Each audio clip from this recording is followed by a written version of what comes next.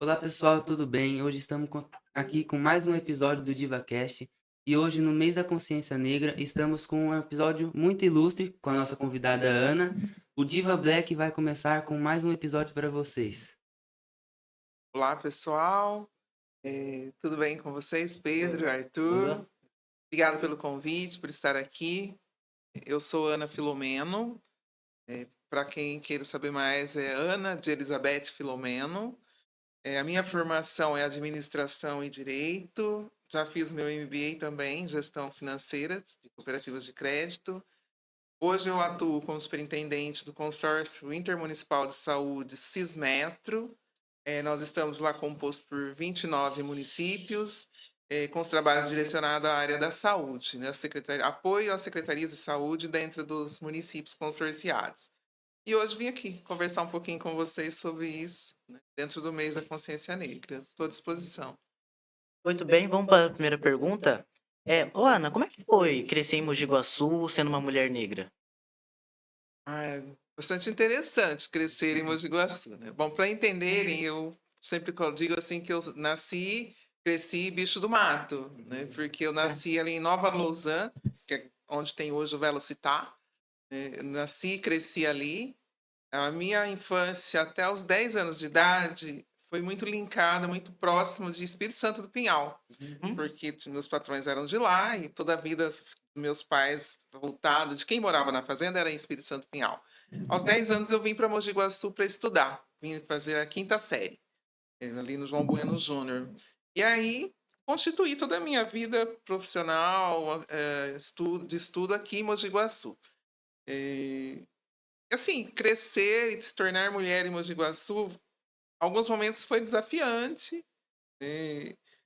E alguns momentos, assim, muito alegres. Não tem muito, assim, difícil, né? Eu acho que os momentos mais difíceis foi quando eu entrei na vida profissional, a partir dos 14 anos. 13 anos eu já tirei minha carteira de trabalho, já comecei a pensar minha vida profissional, no sentido de que eu teria que trabalhar para ter algum recurso financeiro. E aí eu trabalhei com o antigo Primec no Camp, como monitora de escola, várias áreas. Depois trabalhei na produção em fábrica de doce, que foi em Pinhal também. Trabalhei na cerâmica aqui. Me firmei trabalhando na cerâmica. Comecei lá na produção, depois passei para auxiliar de almoxarifado, controle. E aí eu fui trilhando a área administrativa, que é o que eu gosto. Muito embora seja formada em direito, também atuo um pouco, mas eu gosto muito da administração. Então tenho trabalhado muito nisso. E ser mulher, crescer e ser mulher aqui tem seus desafios, né? Como toda mulher, primeiro por ser mulher negra, você tem que trabalhar muito mais, tem que buscar estar muito mais preparado, né? Isso é nítido, né, em termos da formação. E foi isso que eu vivenciei nesse tempo todo. E Ana, uma coisa que ocorre muito aqui no país, que é o racismo. Você já chegou a ser tratada de alguma forma diferente por causa da sua cor de pele? Sim, já enquanto criança, eu não sentia muito isso. Talvez porque meus pais faziam a barreira, né, de defender, de estar ali no dia a dia. Quando eu comecei a vida profissional, em alguns momentos eu senti. Eh, eu sempre coloquei para mim que se eu estudasse, eu não ficaria sempre no mesmo posto de trabalho, mesmo. E isso eu busquei. E quando eu comecei a buscar isso, eu comecei a sentir esses impactos, né? Um primeiro momento, quando eu saí da produção na cerâmica e fui para o almoxarifado, que eu fazia apontamento de encargos INSS, IPI, toda a tributação, quando eu fui contar para uma pessoa, eu ouvi assim: ah, tá. Você não é bonita, mas é inteligente.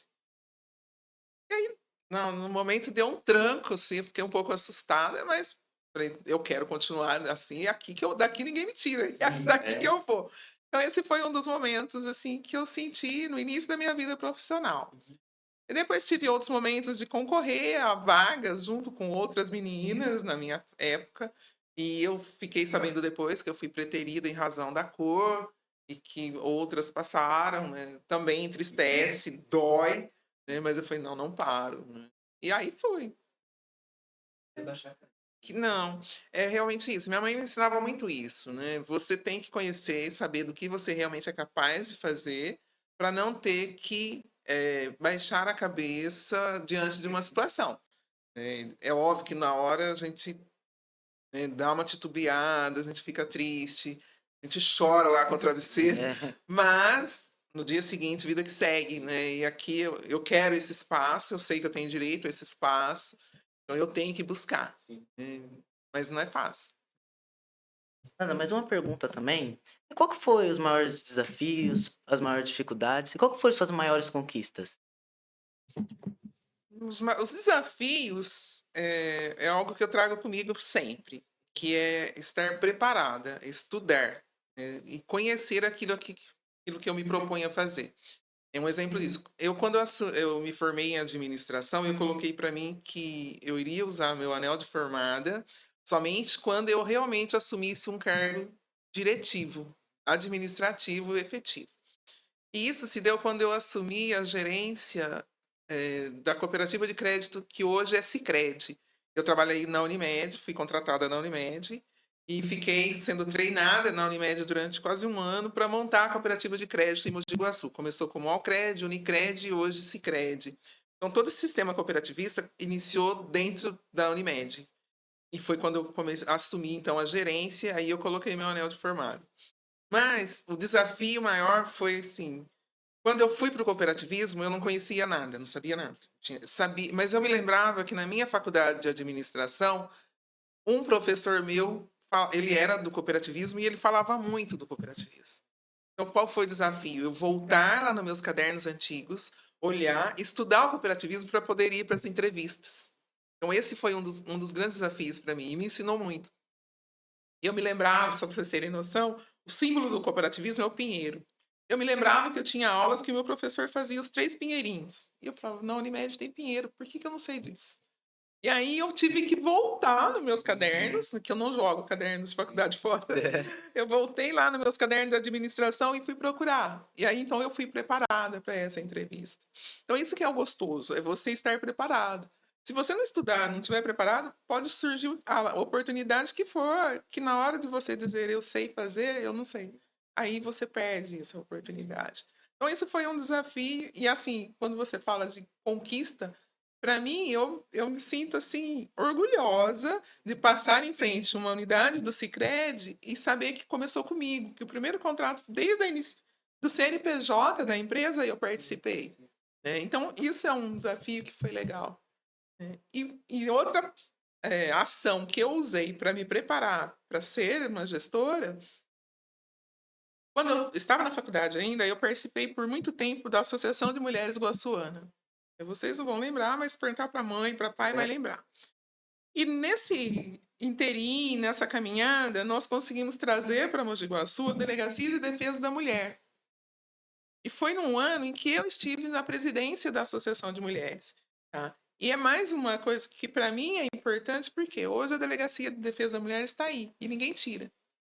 Não tem como desativar um serviço desse, né? Esse instrumento de trabalho. É óbvio que a gente tem que estar sempre por perto, observando como é que o serviço está acontecendo. Mas nós conseguimos. Então, essas conquistas que eu fiz parte, que eu estive no contexto, para mim é muito gratificante. Né? E tem muito mais outras coisas por aí, né, que a gente pode ver.